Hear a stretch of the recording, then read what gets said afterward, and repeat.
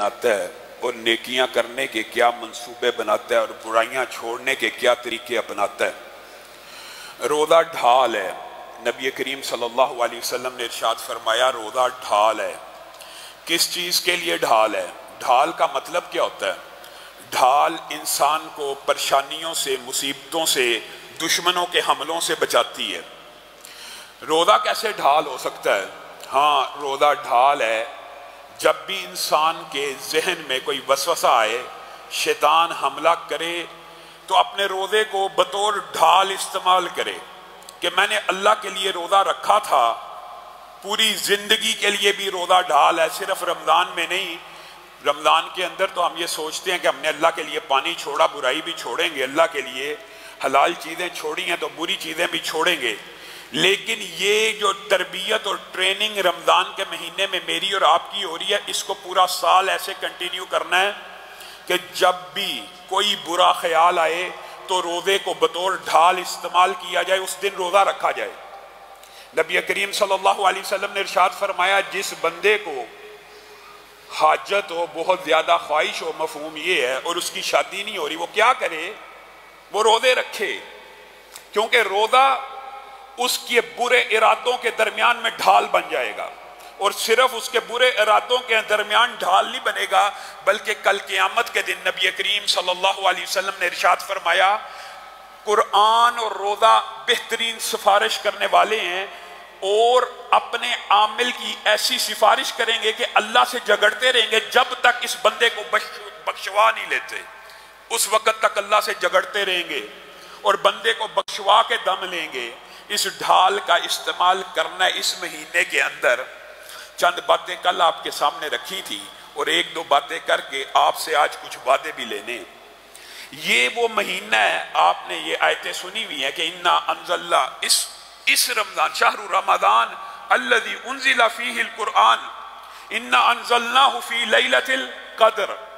آپ کو پتہ ہے اس مہینے کے اندر قرآن نازل ہوا، اس میں تو کوئی اختلاف نہیں ہے، اور یہ کلام حمید کی، یہ دیکھ لیں اللہ کا کلام ہے نا، اللہ کی صفت ہے، اس وجہ سے اس کا مقام و مرتبہ اتنا اعلیٰ اور بلند ہے، اس کا مقام و مرتبہ اتنا اعلیٰ اور بلند ہے کہ جس بستی پہ نازل ہوا اس کو اللہ نے ام القرا کہا، شہروں کی سردار۔ جس نبی پہ نازل ہوا وہ نبیوں کے سردار، جس مہینے میں نازل ہوا وہ مہینوں کا سردار، جس رات میں نازل ہوا وہ رات 1000 مہینے سے بھی افضل ہو گئی۔ اگر رمضان کے اندر ایک رات صرف اس کے نزول کی وجہ سے 1000 مہینوں سے بہتر ہے، اور یہاں پہ جو عام طور پہ مغالطہ اس کو بھی دور کر لیجئے، بعض لوگ یہ سمجھتے ہیں کہ قرآن پاک کی یہ جو بعض آیات ہیں یہ شب برات کے حوالے سے آئی ہیں، یہ ساری کی ساری آیتیں اسی رات کے حوالے سے ہیں، تقدیر کے فیصلے، کتابت، رزق کے، یہ جتنی احادیث شب برات کے ساتھ بیان کی جاتی ہیں حقیقت میں وہ اسی لیلۃ القدر کے ساتھ خاص ہیں۔ لیلۃ القدر، قدر، آپ بتائیں پیچھے کوئی بہام رہ جاتا ہے کہ تقدیر کے فیصلے اللہ تعالیٰ جو جاری فرماتا ہے، ویسے تو یوم کتابت تقدیر میں ہر روز لکھ دیا، لیکن وہ فیصلے جو فرشتوں کو تھمائے جاتے ہیں ہر سال ریویو کر کے، بندے کے اعمال کی وجہ سے ریویو ہوتی رہتی ہے، تقدیر بھی، دعا تقدیر کو کئی مرتبہ بدل دیتی ہے، صدقہ آنے والی مصیبت کو ٹال دیتا ہے، یہ ایک الگ موضوع ہے۔ اس رمضان کے اندر آپ نے نیکیوں کے کچھ ارادے کرنے ہیں، ان میں سے ایک نہایت چھوٹی نیکی کا آپ کے سامنے ایک ذکر کرنا ہے اور آپ سے وعدہ لینا ہے کہ میں اور آپ جب تک زندہ رہیں گے کوشش کریں گے کہ اس نیکی کو اپنا لیں، اور نیکی بڑی آسان ہے، آپ نے سنی ہوئی ہے، لیکن کئی مرتبہ ایسا ہوتا ہے کہ یاد دہانی کرانے سے اور ریپیٹ کرنے سے بندے کے دماغ میں دوبارہ بات آ جاتی ہے۔ اور وہ نیکی کیا ہے؟ نبی کریم صلی اللہ علیہ وسلم نے مسلمانوں کو یہ حکم دیا اپنے آپ کو پاک کرو، اپنے آپ کو صاف کرو، اپنے آپ کو طاہر کرو، اپنے آپ کو پاکیزہ کرو۔ آج آپ بیماریوں میں مبتلا ہیں، سائنسدانوں نے کہہ دیا 20 سیکنڈ کے لیے ہاتھ دھونے ہیں، ہر بندہ مومن ہے مسلم ہے وہ بھی دھو رہا ہے، لیکن جب رسول اللہ صلی اللہ علیہ وسلم نے کہا اپنے جسموں کو پاک کرو، کس سے؟ بیماریوں سے بھی، گناہوں کی آلودگیوں سے بھی، تو وہ بات ہمیں سمجھ نہیں آئی، کیسے پاک کریں؟ رسول اللہ صلی اللہ علیہ وسلم نے فرمایا اس طرح پاک کرو کہ جب نماز پڑھنے کا ارادہ ہو تب، یا نماز پڑھنے کا ارادہ نہیں بھی ہے تب بھی کیا کرنا ہے؟ بسم اللہ پڑھی اور وضو کرنا شروع کر دیا۔ یہ صرف وضو کرنے سے کیا ہوگا؟ رسول اللہ صلی اللہ علیہ وسلم نے فرمایا ہاتھ کا وضو کیا، ناخنوں تک کے گناہ معاف ہو گئے، چہرے پہ پانی ڈالا، آنکھ کی ساری خیانتیں، لبوں اور ہونٹوں کی، زبان کی ساری لرزشیں معاف ہو گئیں، حتیٰ کہ جب پاؤں دھو لیے تو سر سے لے کے پاؤں تک انسان گناہوں سے پاک ہو گیا۔ یہ بتائیے کوئی بہت بڑا کام ہے؟ یہ تو بڑا معمولی سا کام ہے، لیکن نبی کریم صلی اللہ علیہ وسلم ارشاد فرماتے ہیں آج رات میں نے اللہ کو دیکھا، اور اللہ کو رسول اللہ صلی اللہ علیہ وسلم نے خواب میں دیکھا۔ جو بندہ یہ کہتا ہے کہ جاگتی آنکھوں سے رسول اللہ صلی اللہ علیہ وسلم نے اللہ کو دیکھا، امی عائشہ فرماتی ہیں وہ بندہ جھوٹ بولتا ہے۔ رسول اللہ نے اللہ کو دیکھا خواب میں، اللہ نے پوچھا اے حبیب آپ کو علم ہے کہ کفارات کیا ہیں؟ کفارات کیا ہیں؟ رسول اللہ صلی اللہ علیہ وسلم نے جواب دیا جی اے اللہ میرے رب مجھے علم ہے کفارات کیا ہیں۔ تو اللہ نے کہا بتائیے کیا ہے؟ تو نبی کریم صلی اللہ علیہ وسلم نے آپ کو اور مجھے جو چند باتیں بتلائیں ان میں سے ایک بات یہ بھی ہے کہ اس وقت وضو کرنا جب انسان کو وضو کرنا مشکل لگ رہا ہو۔ وہ کون سا وقت ہوتا ہے؟ شدید سردی کا، جس وقت وضو مشکل ہوتا ہے۔ آج تو گرمی ہے، وضو کرنا کوئی مشکل ہے؟ یہ اتنا بڑا اجر و ثواب کا کام ہے، بیماریوں کو دور کرنے کا کام ہے، گناہوں کو دور کرنے کا کام ہے کہ آپ حیران رہ جائیں۔ رسول اللہ صلی اللہ علیہ وسلم نے ارشاد فرمایا جو بندہ سونے سے پہلے صرف وضو کر کے سوتا ہے، بتائیے یہ حدیث سنی ہے، آج آپ نے یہ وعدہ کرنا ہے اپنے آپ سے، اللہ سے، اللہ یہ اتنی بڑی بات نبی کریم کی ہم تک پہنچی ہے، آج ارادہ کرتے ہیں کبھی اس کام کو نہیں چھوڑیں گے۔ نبی کریم صلی اللہ علیہ وسلم نے ارشاد فرمایا جو بندہ رات سونے سے قبل وضو کرتا ہے، کوئی نماز پڑھتا ہے نہیں، کوئی تلاوت کرتا ہے نہیں، صرف وضو کرتا ہے اور وضو کر کے سو جاتا ہے، اللہ رب العزت آسمان کی بلندیوں سے ایک فرشتہ نازل کرتے ہیں جو پوری رات اس کے ساتھ بسر کرتا ہے۔ کس کام کے لیے؟ کس کام کے لیے؟ سبحان اللہ۔ جو بندہ صرف وضو کر کے سو جائے، اللہ آسمان سے ایک فرشتہ نازل کرتے ہیں کہ پوری رات اس بندے کے ساتھ رہنا ہے۔ یہی فضیلت ہوتی تو بات مکمل تھی، لیکن اللہ تعالیٰ نے بھی نبی کریم کے ذریعے کوئی بات مخفی یا پوشیدہ نہیں چھوڑی۔ نبی کریم نے کہا وہ فرشتہ پوری رات بندے کے پاس کس لیے رہتا ہے کہ بندہ جب کروٹ بدلے، جب بھی کروٹ بدلے، رات کو سوتے میں بندہ کروٹ بدلتا ہے، جب وہ کروٹ بدلتا ہے جو آسمان سے فرشتہ نازل ہوا ہے وہ اللہ کو کہتا ہے اللہم اغفر لہ اللہم ارحمہ، اللہ اس کے گناہوں کو معاف کر، اللہ اس کے اوپر رحمتوں کا نزول فرما۔ اور حدیث کے دوسرے ٹکڑے کے الفاظ پتہ کیا؟ کروٹ سے کئی مرتبہ آنکھ نہیں کھلتی، انسان سویا ہوا ہے، کروٹ لی پتہ ہی نہیں، بندے کو بھی نہیں پتا میں نے کروٹ لی ہے کہ نہیں، لیکن فرشتہ دعا کرتا جا رہا ہے اللہ اس کی مغفرت کر، اس کے اوپر رحمتوں کا نزول فرما۔ اور پھر حدیث میں کیا آتا ہے کہ کبھی ایسا بھی ہوتا ہے کہ بندے کی آنکھ کھل جاتی ہے، سوتے میں اچانک آنکھ کھل گئی، جیسے ہی آنکھ کھلی کروٹ نہ بھی لی ہو فرشتہ دعا شروع کر دیتا ہے اللہ اس نے وضو کر کے، بتائیے رسول اللہ صلی اللہ علیہ وسلم کو، آپ کو، اب بتائیے صرف وضو کرنا اس کا اجر و ثواب کیوں ہے؟ آپ نے یہ بات نوٹ کی ہے کیوں ہے؟ کیونکہ میں نے اور آپ نے اس نیت سے وضو کیا ہے کہ ہمارے نبی نے حکم دیا ہے، بس کوئی لاجک نہیں، کوئی منطق نہیں، کوئی فلسفہ نہیں، جو رسول اللہ کہہ دیں وہ بطور علت ہمیں علم ہو جائے تو ٹھیک ہے، پتہ چل جائے کہ اس کی حکمتیں کیا ہیں، اور حکمتیں بھی محدثین نے بیان کر دی ہیں کہ بیماریوں سے دور کرنے والا، گناہوں سے دور کرنے والا، صرف آنکھ کھلی ہے فرشتہ دعا کر رہا ہے، اسی پر بات بس ہو جاتی ہے اور بات مکمل ہے۔ لیکن نبی کریم صلی اللہ علیہ وسلم نے اس سے بھی ایک عظیم بات کی ہے. بندہ سویا ہوا ہے، وضو کر کے سویا ہے. آپ لوگ اکثر پوچھتے ہیں ہماری دعائیں قبول نہیں ہوتی، ہماری دعائیں فوری نہیں سنی جاتی. ایک آسان ترین کلیہ، ایک ہی کلیے کے اندر فرشتے کی صحبت، ساری رات فرشتہ آپ کے ساتھ رات بسر کرے گا.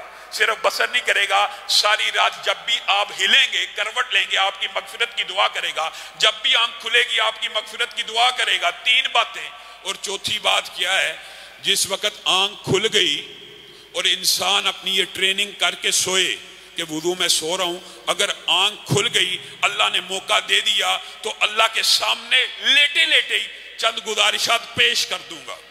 نبی کریم صلی اللہ علیہ وسلم نے کہا وضو کی حالت میں سونے والا انسان کروٹ لے تب بھی معافی، آنکھ کھلے تب بھی معافی کی دعا تو فرشتہ کر رہا ہے، لیکن اتنا بیدار ہو جائے کہ ہوش حواس آ جائیں اور اللہ کے سامنے ہاتھوں کو پھیلا کر اسی حالت میں اللہ سے کسی بھی چیز کا مطالبہ کرے، اللہ تعالیٰ وہ مطالبہ قبول کر لیتے ہیں. بتائیے رسول اللہ نے کوئی بات ادھوری چھوڑی ہے؟ رسول اللہ کہہ رہے ہیں کہ وہ مطالبہ پورا ہو جاتا ہے. رسول اللہ سے زیادہ سچی بات کسی کی ہو سکتی ہے؟ کون ہے جو کہتا ہے میری دعا نہیں قبول ہوتی؟ آج ہی ارادہ کرے وضو کر کے سوؤں گا، 2 3 4 دن کے بعد ایسی رحمتوں کا نزول ہوگا.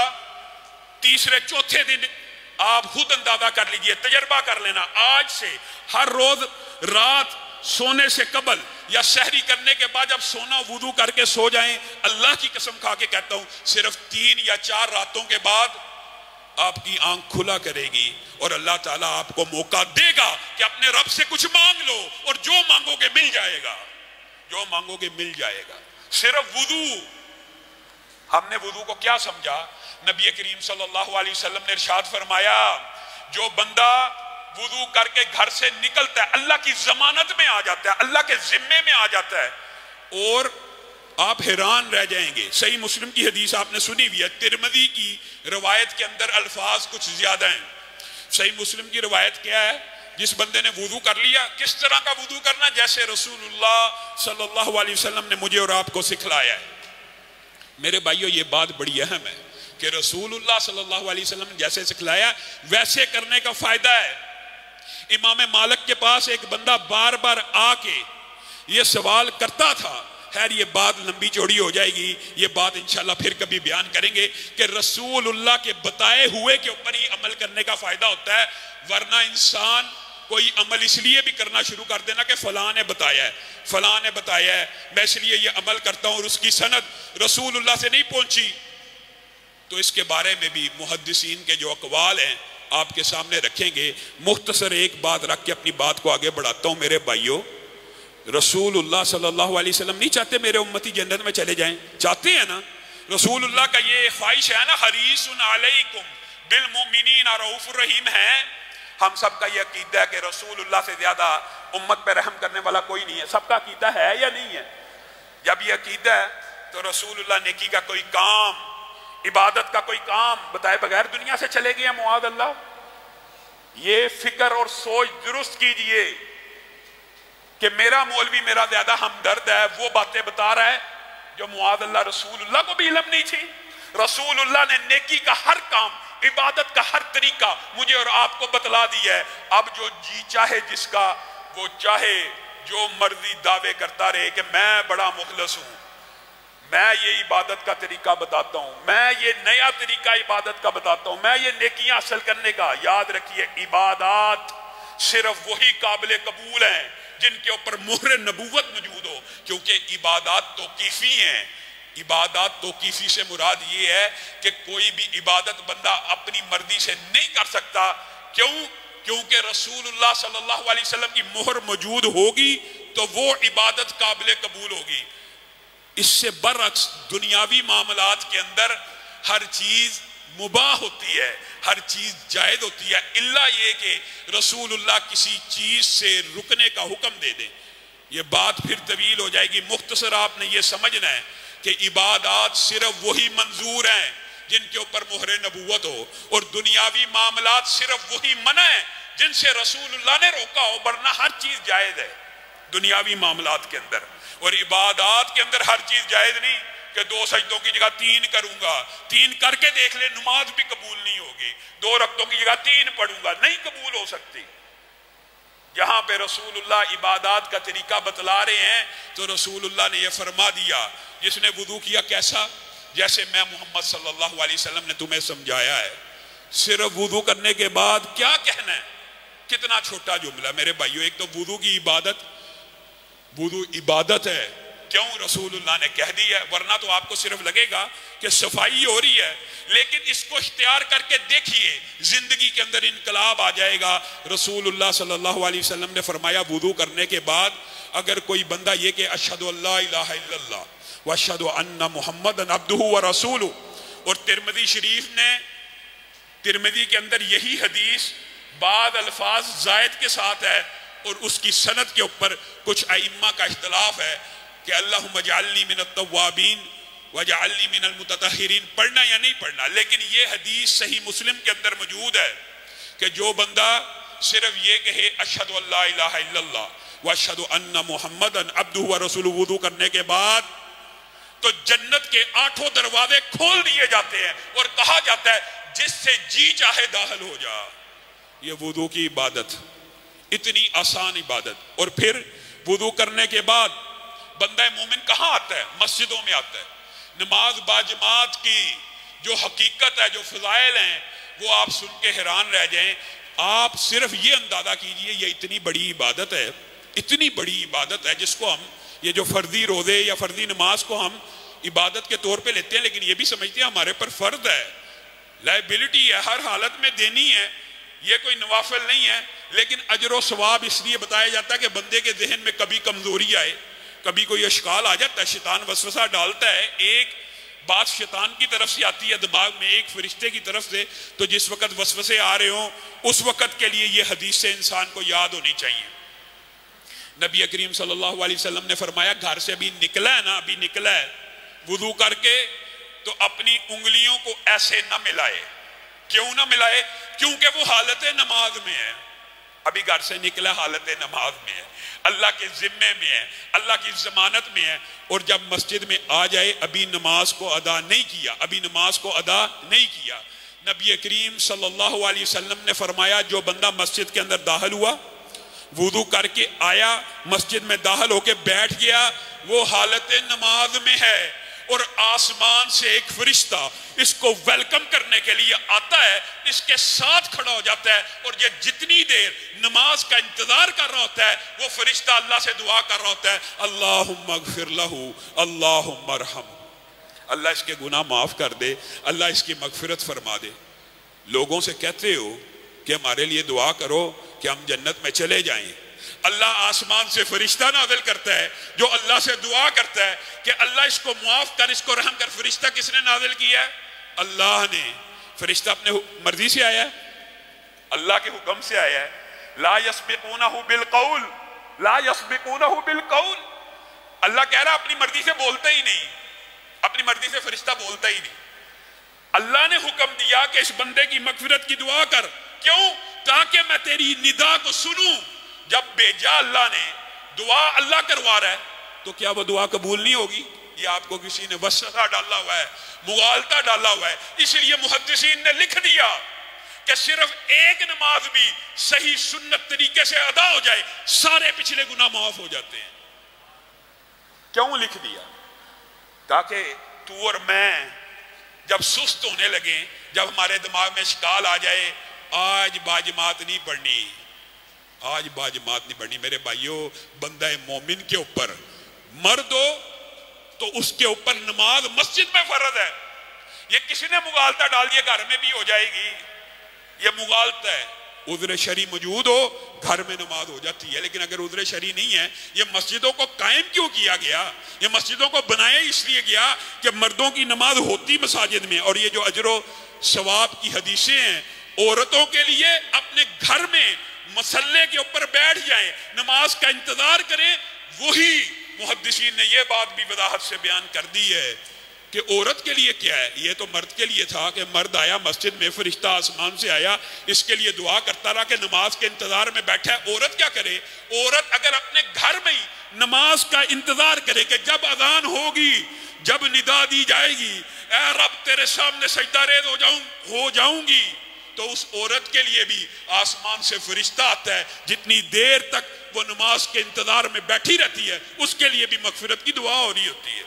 عورتیں گھروں میں بیٹھ کے یہ ساری فضیلتیں اپنا سکتی ہیں۔ پھر مسجدوں میں آ جائیں، جب مسجدوں میں آ جائیں تو اس کے بعد